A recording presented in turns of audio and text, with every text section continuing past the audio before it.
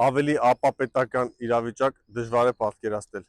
Մենք հիմա գտնվում ենք այն հատվածում, որտեղ հյուսիս-հարավ մայրուղին Երևանում պետք է հատվեր։ Այս մայրուղին պետք է շարունակվեր, այս աղբանոցի փոխարեն պետք է լիներ ճանապարհ, որը կտաներ եւ կմիացներ այն հատվածին։ Մի քանի 100 միլիոն դոլար է ծախսվել Գյումրիից մինչև Արարատ քաղաք արագընթաց լայն ճանապարհ է կառուցվել, բայց այդ ճանապարհների հատման կետում Մալաթիա-Սեբաստիա վարչական շրջանում ընդամենը 250 մետր չի կառուցվել։ Google Map-ով տեսնում ենք, որ աշխատանքը դադարեցվել է 2022 թվականի օգոստոսին, այս վիճակում է արդեն 3 տարի։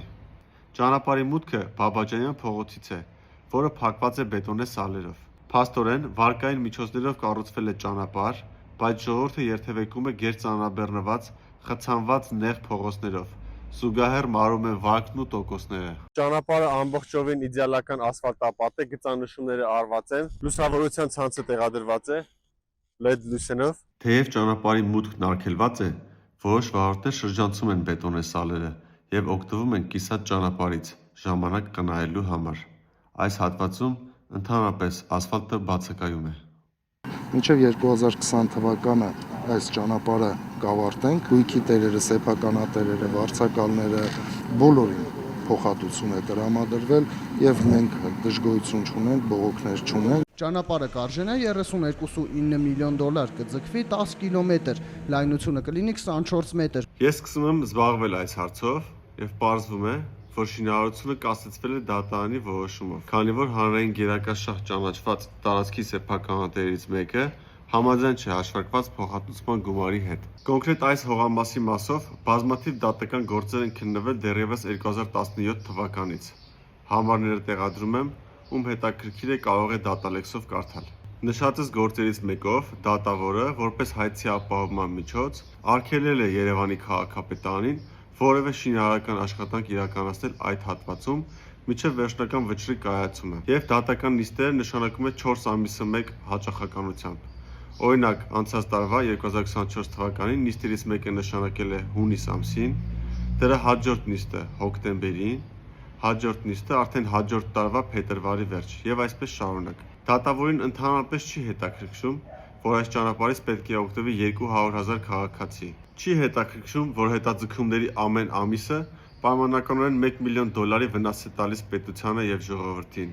Խցանումների մեջ ծախսած ավել գազ, բենզին, ժամանակի կորուստ եւ այլն։ Արդեն հասկանում եմ, որ դատարանի վճռին սպասելը միամտություն է։ Կարող է եւս 2-3 տարի սպասենք։ Քաղաքապետարանից խնդրում եմ ինձ փոխանցեն տվյալ հողամասի սեփականատիրոջ հեռախոսի համարը։ Զանգում եմ, ասում եմ ես Նայիրի Սարգսյանն եմ, արդեն 3 տարի դուրս եմ եկել պետական աշխատանքից, որպես սովորական հասարակ Երևանի քաղաքացի, ինձ անհանգստացնում է ճանապարհի վիճակը, ուզում եմ հանդիպենք խոսենք։ Սեփականատերը ասում է արի։ Անակնկալի եմ գալիս, երբ իմանում եմ, որ նա նախկին ազատամարտիկ է։ Տիգրան Մեծգնդի հրամանատարներից Արշակ Արշակյանն է։ Մի քանի պատերազմ անցած մարդ։ Մեր խոսակցությունը տևում է ավելի քան 3 ժամ։ Խոսում ենք սպառապետ Վազգեն Սարգսյանից մինչև 2008 թվականի փողոցային պայքար եւ այլն։ Վերջում անկեղծանում եմ։ Ասում եմ, մինչև ձեզ հանդիպելը մտածում էի, տեսնես ով է այդ մարդը, որ խոչընդոտում է այս կարևոր նախագծի իրականացմանը։ Ինքը երևի մեր երկիրը չի սիրում, բայց դուք հայրենիքի համար կյանք դրած մարդ եք։ Ասում է, ես օրենքով սահմանված չափից ավել փող չեմ ուզում։ Այս այգին 50 տարի առաջ եմ տնկել, այսքան տարի խնամել եմ։ Ուզում եմ իր իրական շուկայական գնի չափով փոխհատուցում, ոչ թե 10 անգամ պակաս գումար։ Հիմա ասեմ, թե որն է իմ պատկերացմամբ այս խնդրի լուծումը։ Եթե մենք ունենայինք նորմալ դատական համակարգ, այս վեճը կլուծվեր ընդամենը 10 օրում։ Դատավորը կպահանջեր ներկայացնել լիցենզավորված գույք գնահատողի կողմից որոշված գույքի շուկայական արժեքը։ Մեկին չվստահելու դեպքում կարող է պահանջել 2 կամ 3 անկախ փորձագետների կողմից գույքի գնահատում, կհաշվեր դրանց միջին թվաբանականը կամ հիմք կընդուներ մաքսիմալ արժեքը